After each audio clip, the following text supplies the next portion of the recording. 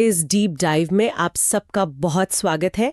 आज हमारे सामने जो स्रोत सामग्री है ना, वो सच में मतलब विचारों को बिल्कुल झकझोर देने वाली है। हाँ, एकदम। आज हम जिस विषय पर गहराई से चर्चा करने वाले हैं वो इतिहास, साइकोलॉजी, फिलॉसफी और यहाँ तक कि पॉलिटिक्स का एक ऐसा अनूठा संगम है जो शायद ही कहीं और देखने को मिले। सही कहा। और शुरुआत में ही ये स्पष्ट कर देना जरूरी है कि हम किसी साधारण ऐतिहासिक या धार्मिक किताब की बात नहीं कर रहे हैं। बिल्कुल। हमारे पास जो मटेरियल है वो असल में कृष्णा स्मृति नामक एक बेहद प्रभावशाली पुस्तक के कुछ अंश हैं।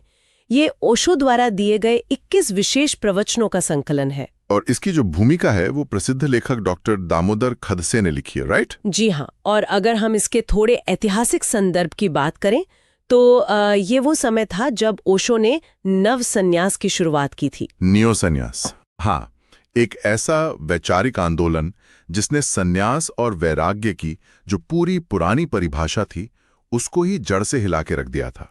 और यही बात मुझे सबसे ज्यादा दिलचस्प लगी थी जब मैं इस स्रोत को पढ़ रही थी, क्योंकि इस डीप डाइव का जो हमारा मुख्य मिशन है ना, वो केवल एक किसी प्राचीन या धार्मिक देवता की कहानी सुनाना नहीं है। हमारा मकसद कृष्ण के उस बहुआयामी व्यक्तित्व को समझना है जिसे ओशो ने एक मनोवैज्ञानिक, एक दार्शनिक और सबसे महत्वपूर्ण रूप से पूर्णता यानी कंप्लीटनेस के प्रतीक के रूप में पेश किया है। कंप्लीटनेस, ये शब्द बहुत जरूरी है। बिल्कुल। और मुझे ये देखकर सच में बहुत हैरानी हुई कि कैसे हजारों साल पहले के एक व्यक्तित्व का विश्लेषण मॉडर्न टाइम के सिगमंड फ्रॉइड की साइकोलॉजी और कार्ल मार्क्स की पॉलिटिक्स के साथ किया जा सकता है। पॉइंट है। तो चलिए इसको थोड़ा विस्तार से समझते हैं। मैं ये समझने के लिए बहुत उत्सुक हूँ कि ये सब आपस में जुड़ता कैसे है। और यही डॉक्टर खड़से की भूमिका और ओशो के प्रवचनों की सबसे बड़ी ताकत है। महान विचारों की ना कोई एक्सपायरी डेट नहीं होती। हाँ, सच में। डॉक्टर खड़से अपनी भूमिका में बहुत ही क्लियर तरीके से बताते हैं कि ओशो ने कृष्ण को सिर्फ अतीत के एक नायक की तरह नहीं देखा है। उन्होंने कृष्ण को एक ऐसे विशाल कैनवस के रूप में यूज किया है जिस पर आज के आधुनिक मनुष्य की उलझनों, उसकी मानसिक बीमारियों और भविष्य की चुनौतियों के चित्रों के रह गए हैं। मतलब ये चर्चाएं सिर्फ इस बारे में नहीं है कि हजारों साल पहले कुरुक्षेत्र में क्या हुआ था। नहीं, बिल्कुल नहीं। ये इस बारे में है कि आज हमारे अपने दिमाग के भीतर जो कुरुक्षेत्र चल रहा है उसका समाधान क्या है। तो ठीक है, सबसे पहले इस पूर्णता या टोटलिटी वाले पहलू को थोड़ा और गहराई से समझते हैं। चलिए। सोतने विचार है जो बार बार उभर कर आता है कि पूर्णता का प्रतीक बनाम आंशिक जीवन।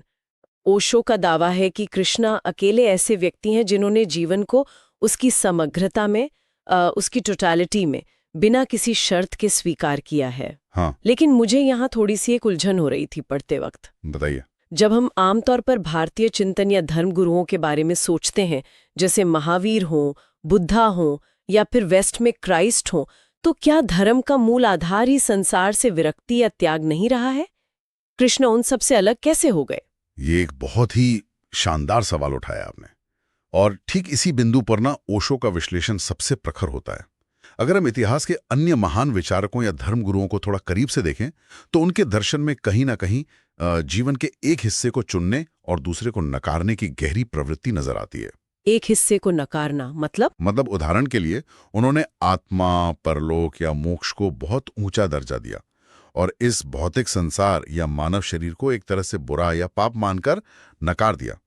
अच्छा। ओशो कहते हैं कि इस नकारने की वजह से ही अतीत का सारा धर्म एक प्रकार की गहरी उदासी और आंसुओं से भर गया। उदासी, हाँ, श्रुत में ये वर्ड यूज हुआ था। बिल्कुल।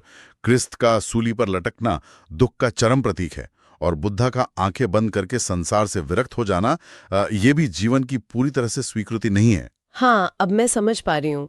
यानी एक तरफ वो दर्शन है जो कहता है कि अगर तुम्हें ईश्वर को पाना है तो तुम्हें इस दुनिया को, अपनी इच्छाओं को और उत्सव को छोड़ना होगा। एकदम सही पकड़ा आपने। लेकिन स्रोत के अनुसार कृष्ण की छवि तो बिल्कुल इसके उलट है। वो गाते हैं, नाचते हैं, रंग खेलते हैं, उत्सव मनाते हैं। वहाँ उनका पूरा जीवन ही उत्सव है। वो ऐसे व्यक्तित्व हैं जो एक ही समय में अपने होठों पर बांसुरी रख सकते हैं, जो असीम प्रेम, कला और रसलीला का प्रतीक है, और उसी समय उनकी उंगली पर सुदर्शन चक्र भी घूम सकता है। एग्जैक्टली। सुदर्शन चक्र जो युद्ध, संघर्ष और यथार्थ का प्रतीक है। परस्पर विरोधी बातों को एक साथ साधना, ये कोई आम इंसान कैसे कर सकता है? यही वो संतुलन है जिसे ओशो पूर्णता कहते हैं। सोर्स में इस बात को समझाने के लिए एक बहुत प्रसिद्ध पश्चिमी विचारक अल्बर्ट श्वाइत्जर का जिक्र किया गया है। हाँ, उन्होंने कुछ लाइफ नेगेटिव जैसा वर्ड यूज किया था। बिल्कुल।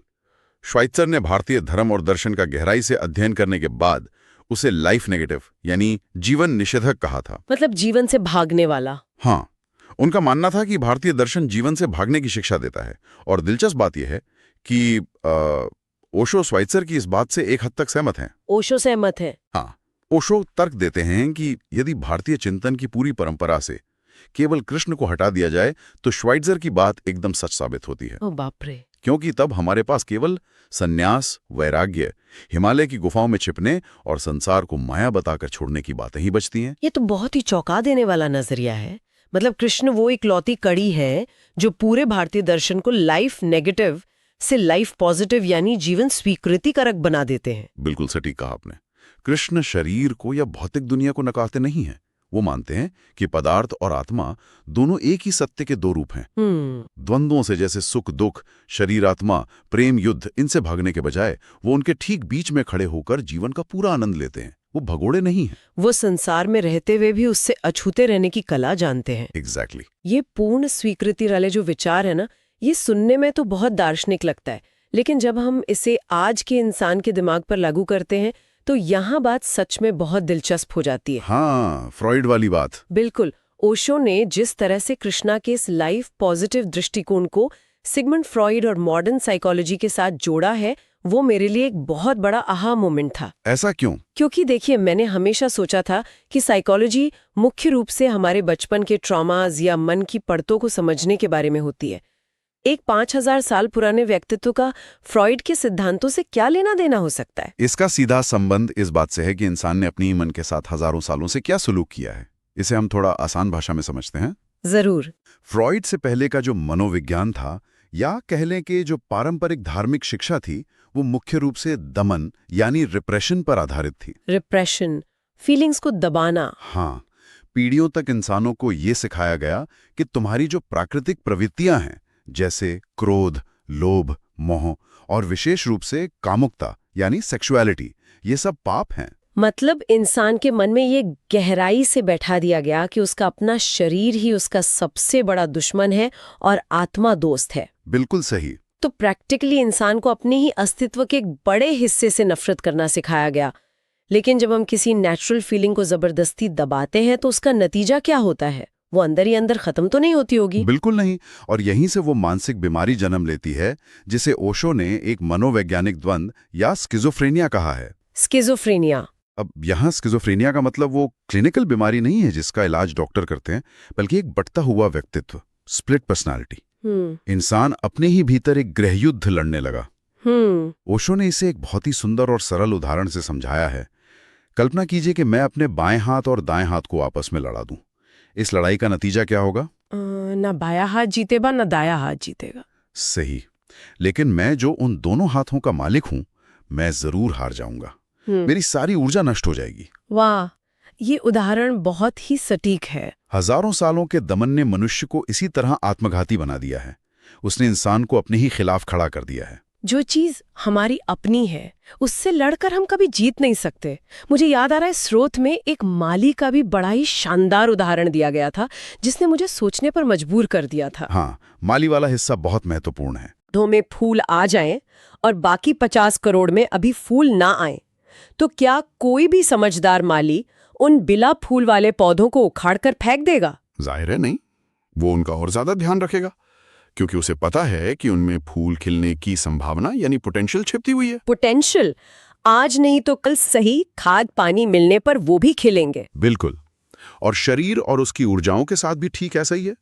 कामुकता, क्रोध या कोई भी ऊर्जा अपने आप में बुरी नहीं है। वो सिर्फ एक बीज है जिसे अभी फूल बनना है। और यहीं पर मुझे लगता है कि कृष्णा का विजन ना फ्रॉइड से भी कहीं आगे निकल जाता है। वो कैसे? क्योंकि फ्रॉइड ने पश्चिमी दुनिया को ये तो बता दिया कि प्राकृतिक इच्छाओं का दमन करना, उन्हें दबाना खतरनाक है और इससे मानसिक बीमारियां होती हैं। लेकिन अगर दमन ना करें तो फिर करें क्या? सही सवाल है। फ्रॉइड के पास शायद इसका कोई स्पष्ट और रचनात्मक विकल्प नहीं था। क्या कृष्ण वो विकल्प देते हैं? बिल्कुल देते हैं। कृष्णा अदमनवादी चेतना के सबसे पुराने और सबसे प्रखर प्रतीक हैं। वो दमन यानी रिप्रेशन का नहीं, बल्कि रूपांतरण यानी ट्रांसफॉर्मेशन का मार्ग दिखाते हैं। ट्रांसफॉर्मेशन, ऊर्जा को बदलना। हाँ, विज्ञान भी कहता है कि ऊर्जा को कभी नष्ट नहीं किया जा सकता, उसे केवल एक रूप से दूसरे रूप में बदला जा सकता है। ओशो समझाते हैं कि कृष्ण के अनुसार क्रोध की ऊर्जा से लड़ने के बजाय उसे समझकर करुणा में बदला जा सकता है। काम ऊर्जा या सेक्सुअल एनर्जी को दबाने के बजाय उसे ध्यान के माध्यम से ऊपर उठाकर ब्रह्मचार्य या उच्च चेतना के शिखरों तक ले जाया जा सकता है। मतलब कृष्ण ऊर्जा को दुश्मन नहीं मानते, वो उसे सीढ़ियां बना लेते हैं। एकदम सटीक बात कही आपने। ये विचार सच में बहुत क्रांतिकारी है कि हमारी कमजोरियां ही हमारी सबसे बड़ी ताकत बन सकती हैं अगर हम उनका सही उपयोग करना सीख लें। बिल्कुल। खैर, व्यक्तिगत मनोविज्ञान और आंतरिक शांति की बात तो समझ में आती है, लेकिन जीवन की पूर्ण स्वीकृति का ये सिद्धांत असल दुनिया में कैसे काम करता है, विशेषकर जब बात हिंसा, पॉलिटिक्स या समाज की हो? ये बहुत बड़ा सवाल है। यहाँ मैं उस विषय पर आना चाहती हूँ जिसने गीता और महाभारत के संदर्भ में बहुत से विचारकों को परेशान किया है, युद्ध और शांति का मुद्दा, और खासकर महात्मा गांधी की दुविधा। हाँ, ये स्रोत का एक बेहद संवेदनशील और विचारणीय हिस्सा है।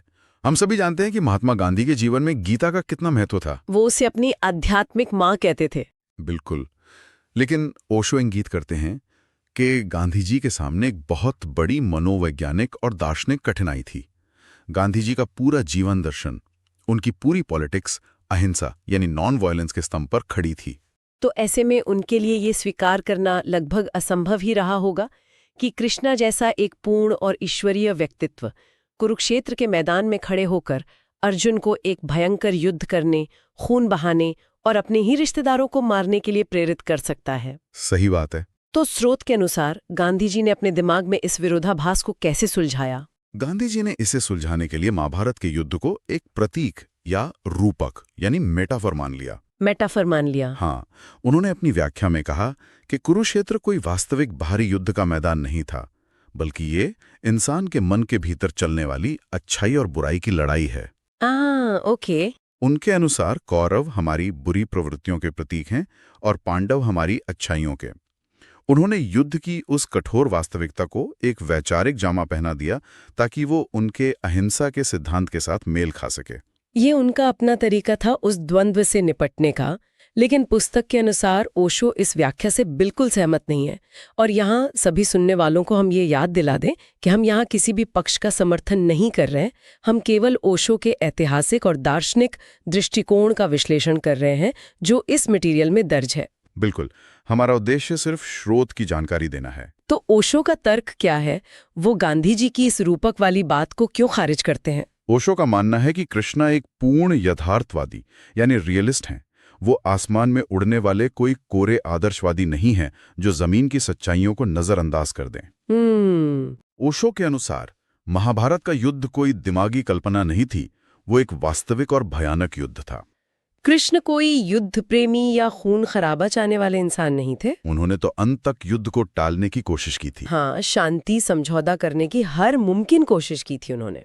लेकिन जब सारे रास्ते बंद हो गए, जब सत्य, धर्म और न्याय की रक्षा के लिए युद्ध अनिवार्य हो गया, तो कृष्ण कायरों की तरह उससे भागे नहीं। सोर्स में ना भारत के इतिहास को लेकर एक बहुत ही कड़वा लेकिन आंखें खोलने वाला सबक भी दिया गया है। ओशो तर्क देते हैं कि भारत ने इस अत्यधिक शांतिवादी और अहिंसा की बातों के कारण खुद को ऐतिहासिक रूप से बहुत कमजोर कर लिया था। बिल्कुल सच है ये, और इतिहास के पन्ने इस बात के गवाह हैं। ओशो स्पष्ट कहते हैं कि एक समय के बाद भारत में अहिंसा का मतलब कायरता बन गया था। कायरता, ये बहुत भारी शब्द है। अत्यधिक शांतिवादी मानसिकता के कारण भारत ने हजारों साल की भयानक गुलामी झेली।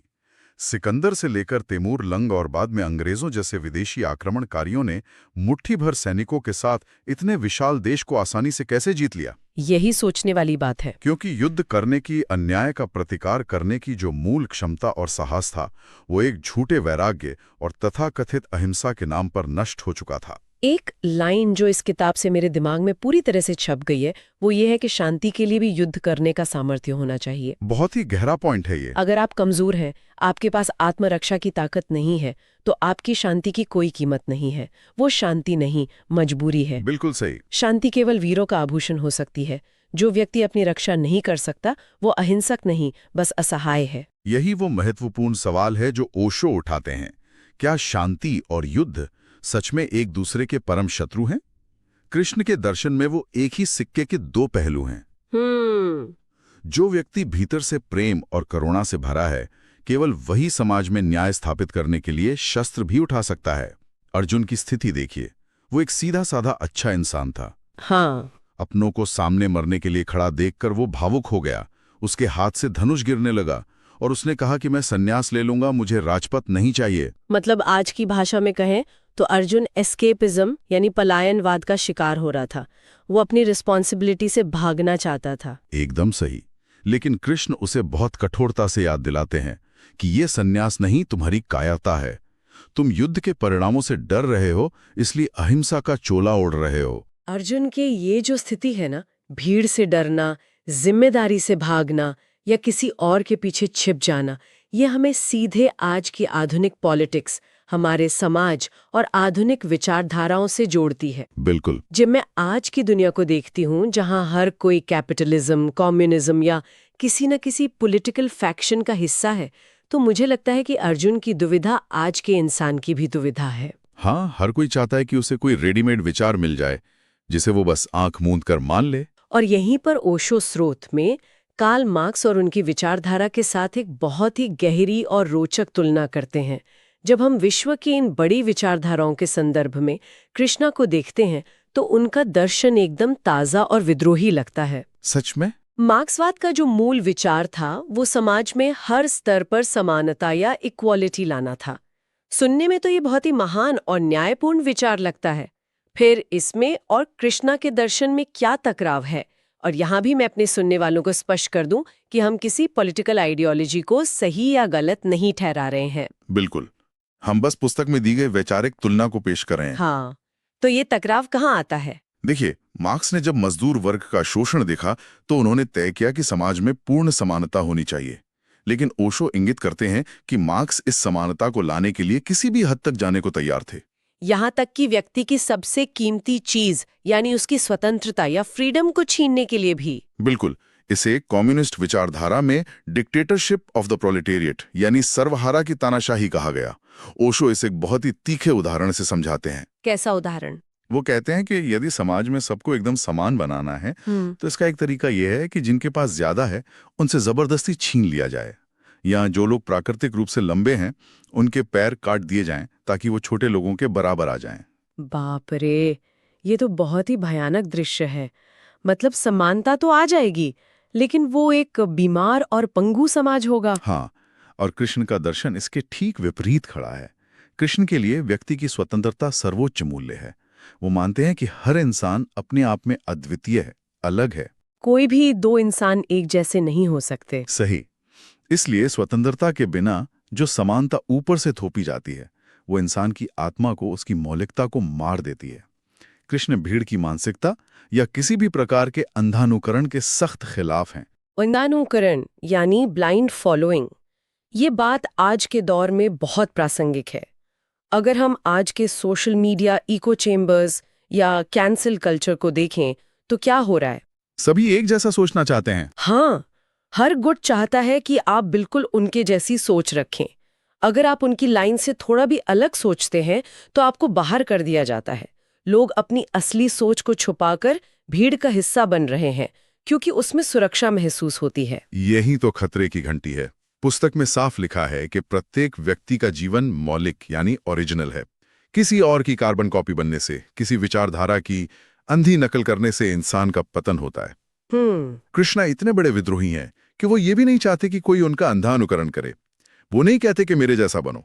वो चाहते हैं कि इंसान अपनी खुद की चेतना जगाए, अपना रास्ता खुद खोजे। सारे रहस्य खोलने के बाद कृष्ण अर्जुन से ये नहीं कहते कि अब मैंने जो आदेश दिया है चुपचाप वो ही करो। हाँ, बल्कि वो क्या कहते हैं? वो कहते हैं यथेच्छांसी तथा कुरु, यानी मैंने तुम्हें सब बता दिया है, अब जैसी तुम्हारी इच्छा हो, जो तुम्हें सही लगे वैसा करो। वाह। वो उस महायुद्ध के मुहाने पर भी अर्जुन की व्यक्तिगत स्वतंत्रता का पूरा सम्मान करते हैं।